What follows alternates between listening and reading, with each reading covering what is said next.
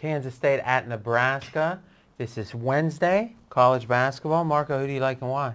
Well, I like Nebraska, and there's not going to be a letdown here. Normally, after a big win like Nebraska had, people would look for a letdown, but I'm going to tell you what's different in this one, why we're not going to have that. Okay, so is the line out on this? Line is out on this. The line is Nebraska -1, and as everybody knows, Saturday Nebraska upset Texas on their home floor.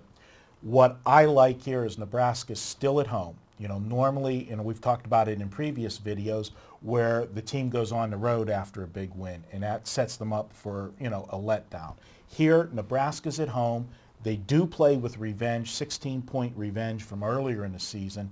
But what's more important... Are you sure about who won that game? Yeah, I double-checked that one this week. So last week you had a win. You won the game still, right? It was one. I went back in and posted in the forums and at YouTube that it was just one piece of the puzzle, but we still liked the game, and we got the win, and we remained perfect last week, so we're going to try to take that 7-game winning streak into this week. So you were 6-0 last week. We were 7-0. Well, 6-0, and if you count the Pitt game where we definitely said don't play Pitt. Well, no, you can't do that. So 6-0. 6-0 is a strong recommendation. It's not 25 straight baseball games. No, that's coming soon. We're excited about that. Pitchers and catchers are ready to report. But what we've got here, and this is something in the final 2 weeks of the season that you're going to hear a lot of talk ad nauseum with the ESPN pundits and that. You're going to start hearing about bubble teams too. And we've got a situation here with Nebraska and Kansas State. They're like identical in the Big 12 right now. They both got the same record conference-wise, and there's a 1-game difference overall record. So if it comes down to the end of the season and the NCAA committee is going to be looking at these two, and it's like one or the other goes in, if Nebraska got swept during the season series, that's got to be a big, you know, mark against them for moving on. So this is a bigger game for Nebraska. In Kansas State... Now, wait a minute. You just said that you consider Nebraska and Kansas State about equal when it comes to the race to be in the NCAAs. So if Kansas State lost, how's that not important to them? Well, it is important to them. So it's important for both, but Nebraska getting swept against someone that might be the person that they have to be chosen over, you think is going to be worth even more. Right. Playing at home. And then we also have scheduling dynamics in this game. And Kansas State, following this game, they've got 2 big games in a row coming up. They play Missouri at home in their next game, and then after that they go to Texas. So this is a good spot, since they beat them already so badly, that they might just look past Nebraska a little bit. Other than, it's kind of hard to say you're going to totally look past the team that just upset Texas. And it's favored over you. Favorite, small favorite. We also talk about home and road dichotomy with teams, and this is another one of those that's big. Kansas State's 14-2 at home. They're only 4-7 on the road. Nebraska 16-1 at home, and we're in a pick the winner situation here. Okay, so now it almost looks so obvious to me that I wonder why this doesn't smell like a trap. I'm looking at your notes, and you projected Nebraska to be -3.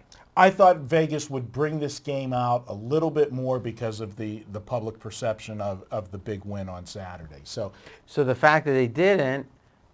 Now, that's always the question with you when there's perceived value. Is it a trap, and usually for you it's a trap if you think that there's a identifiable bias that's causing the line to be off, or if there's no rhyme or reason to it. So what is the rhyme or reason for a team that's, you said 16-1 at home? 16-1 at home. Against a non-top 10 team?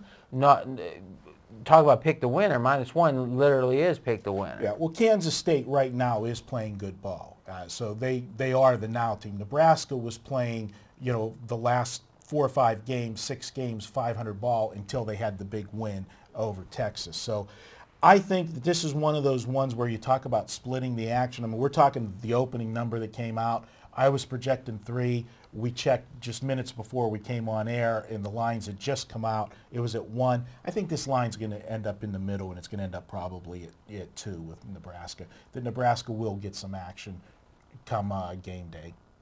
people will look to Nebraska off the Texas win. So if that's the case, then I guess that potentially opens it up to be even more of a trap. Is if you figure that the Kansas State was in the top, I was looking at an old Sports Illustrated, was I think third in the country preseason from SI, top 5 it seems like across the board. They've underperformed, and that Kansas win was kind of like a statement game, beating Kansas.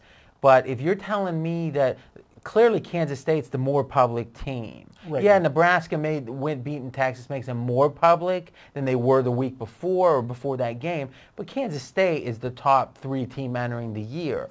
If you're telling me they come out at -1 at a number that's going to induce that you actually then think that they're going to be betting Nebraska, then doesn't that speak into the, hey, too good to be true kind of thing, which you're usually afraid of? Generally speaking, I agree with you, but the one thing, the caveat here is Nebraska had the big win over Texas. That's clear. Don't forget, in the same 7-day period last week, Kansas State had the big win over Kansas. So the 2 big wins kind of wash each other out. So I agree with that. So that's then, so really what you're saying is this is a pure value. What you're saying is Nebraska beating Texas gave them a slight premium.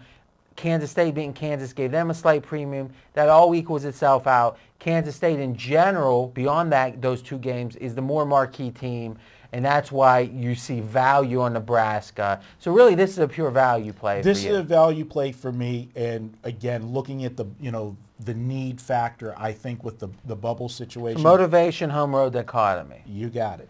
All right. Well, I got to tell you, here we go. Now, what's my record when I agree? When I call it blessed, but when I agree with you, I don't have the exact number in front. How many losses?